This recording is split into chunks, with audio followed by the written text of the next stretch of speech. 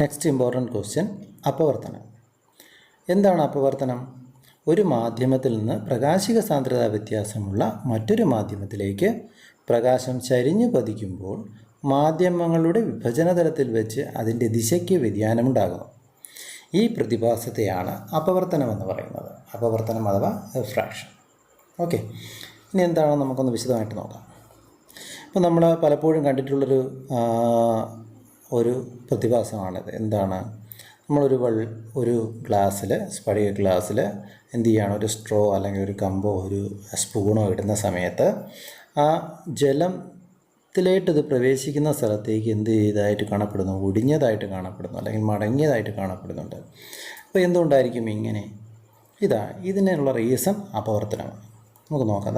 ഈ രണ്ട് ചിത്രങ്ങളും നിങ്ങൾ നിരീക്ഷിക്കുമ്പോൾ, ഒന്നാമത്തെ ചിത്രവും രണ്ടാമത്തെ ചിത്രവും നിരീക്ഷിക്കുമ്പോൾ, ഒന്നാമത്തെ ചിത്രത്തിൽ എന്തില്ല? ജലമില്ല. അതുകൊണ്ട് തന്നെ സ്ട്രോ നിവർന്ന് നിൽക്കുന്നുണ്ട്. ഇനി രണ്ടാമത്തെ ചിത്രത്തിൽ എന്ത് ഉണ്ട്? ജലമുണ്ട്. അതുകൊണ്ട് തന്നെ ആ ജലം എവിടെ വെച്ചുണ്ടോ അവിടെ വെച്ച് ഇത് ഒടിഞ്ഞതായിട്ട് കാണപ്പെടുന്നതായിട്ട് നമുക്ക് തോന്നുന്നു. എന്തുകൊണ്ടായിരിക്കും എന്നുള്ളതാണ് നമ്മളിവിടെ പഠിക്കാൻ പോകുന്നത്. അപ്പോൾ ഇതിൻ്റെ റീസൺ എന്ന് പറയുന്നത് ഇതാണ്. പ്രകാശം, നമുക്ക് കാഴ്ച എന്ന അനുഭൂതി ഉണ്ടാകുന്നത് എങ്ങനെയാണ്?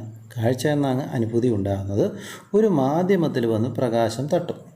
ഒരു മാധ്യമത്തിൽ പ്രകാശം തട്ടിയതിന് ശേഷം അത് നമ്മുടെ കണ്ണിലേക്ക് പതിക്കുമ്പോഴാണ് നമുക്ക് എന്ത് കിട്ടുക? നമ്മുടെ കണ്ണിലേക്ക് പതിക്കുമ്പോഴാണ് നമുക്ക് എന്ത് കിട്ടുക? അദൃശ്യം എന്ന് പറഞ്ഞ അനുഭൂതി, അല്ലെങ്കിൽ കാഴ്ച എന്ന് പറഞ്ഞൊരു അനുഭൂതി നമുക്കുണ്ടാകുന്നത്. അപ്പം നമ്മുടെ കണ്ണിലേക്ക് പതിച്ചു കഴിഞ്ഞാൽ എന്ത് സംഭവിക്കും?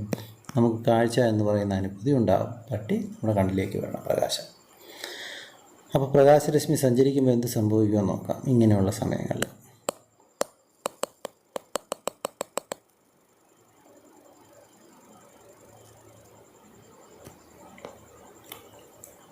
എന്താ സംഭവിക്കുന്നതെന്ന് വെച്ച് കഴിഞ്ഞാൽ നമ്മുടെ കണ്ടില്ലേ, പ്രകാശരശ്മി, ഇവിടെ നിന്ന് വരുന്ന പ്രകാശരശ്മി നമ്മുടെ കണ്ണിലേക്ക് വന്ന് പതിക്കുകയാണ്.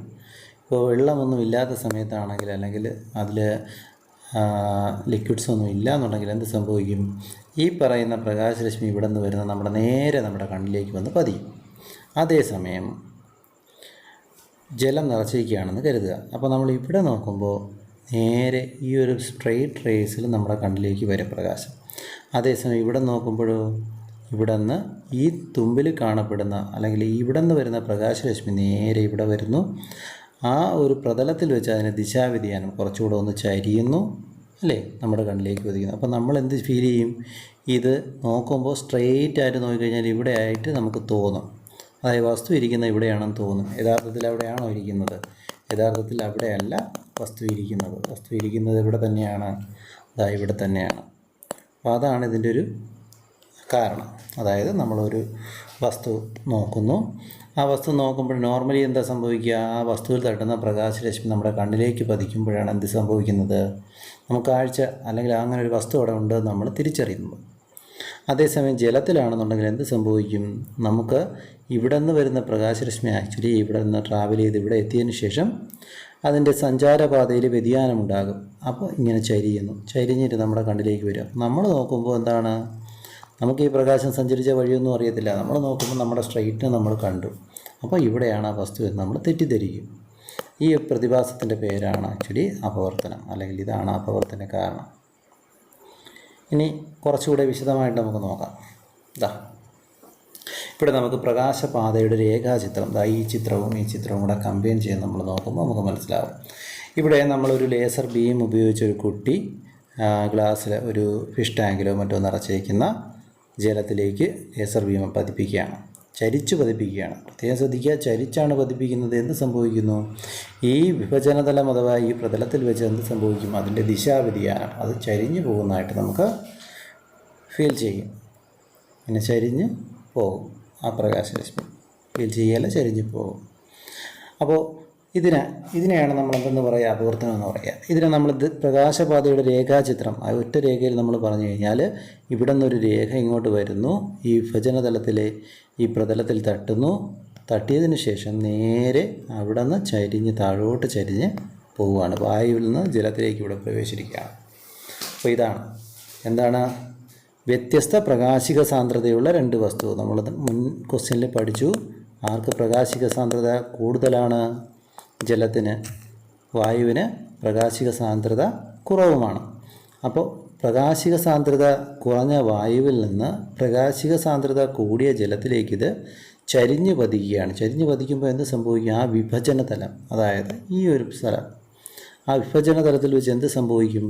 അതിൻ്റെ പാതയ്ക്ക് വ്യതിയാനം ഉണ്ടാകും. ഇങ്ങനെ വന്ന ഇൻസിഡൻ്റ് പതനരശ്മി നേരെ ചരിഞ്ഞ് പാതയ്ക്ക് വ്യതിയാനം ഉണ്ടാകും. നേരെ ആയിരുന്നെങ്കിൽ ഇത് എങ്ങനെയാണ് പോകേണ്ടത്? ഇങ്ങനെ പോകേണ്ടത്. അപ്പോൾ അങ്ങനെ പോകാതെ കുറച്ചുകൂടെ ചരിഞ്ഞ് ഇതെന്ത് ചെയ്യും? പോകും, ബെൻഡ് ചെയ്തുകൊണ്ട് പോകും. ഇനി ഇതേപോലെ തന്നെ നമുക്ക് അടുത്ത ചിത്രത്തിലോട്ട് പോകാം. ഈ ചിത്രം കണ്ടോ? നമ്മൾ ലേസർ ബീം ഒരു കുട്ടി നേരെ ലംബമായിട്ട് താഴേക്ക് പതിപ്പിക്കുകയാണ്. എന്ത് സംഭവിക്കുന്നു? ഒന്നും സംഭവിക്കുന്നില്ല. ഈ രശ്മി വരുന്നു, വിഭജനതലം എത്തി, നേരെ താഴോട്ട് പോയി. നമുക്ക് ആ ഡിഫറൻസ് ഫീൽ ചെയ്യും. ഇതിൻ്റെ രേഖാചിത്രം എങ്ങനെയായിരിക്കും? ഇതുപോലെ ഇരിക്കും അല്ലേ? അതായത് ലംബമായിട്ട് പ്രതലത്തിന് നേരെ പെർപെൻഡിക്കുലറായിട്ട് വന്നു കഴിഞ്ഞാൽ എന്ത് സംഭവിക്കുന്നില്ല? ഒന്നും സംഭവിക്കുന്നില്ല. അതെന്ത് ചെയ്യുന്നു? അടുത്ത മാധ്യമത്തിലേക്ക് ദിശാവ്യതിയാനമൊന്നും കൂടാതെ സഞ്ചരിക്കും. അപ്പോൾ അപവർത്തനം എന്ന് പറഞ്ഞ ഐഡിയ നിങ്ങൾക്ക് കുറച്ചുകൂടെ വ്യക്തമായി കാണുമല്ലോ. എന്താണ് അപവർത്തനം? ഒരു പ്രകാശരശ്മി അല്ലെങ്കിൽ പ്രകാശം വ്യത്യസ്ത പ്രകാശിക സാന്ദ്രതയുള്ള രണ്ട് വസ്തുക്കൾക്കിടയിൽ ചരിഞ്ഞ് പതിക്കുമ്പോൾ അവയുടെ വിഭജന തലത്തിൽ വെച്ച് എന്ത് സംഭവിക്കുന്നു? അതിൻ്റെ പാതയ്ക്കുണ്ടാകുന്ന വ്യതിയാനമാണ് എന്ത്? അപവർത്തനം.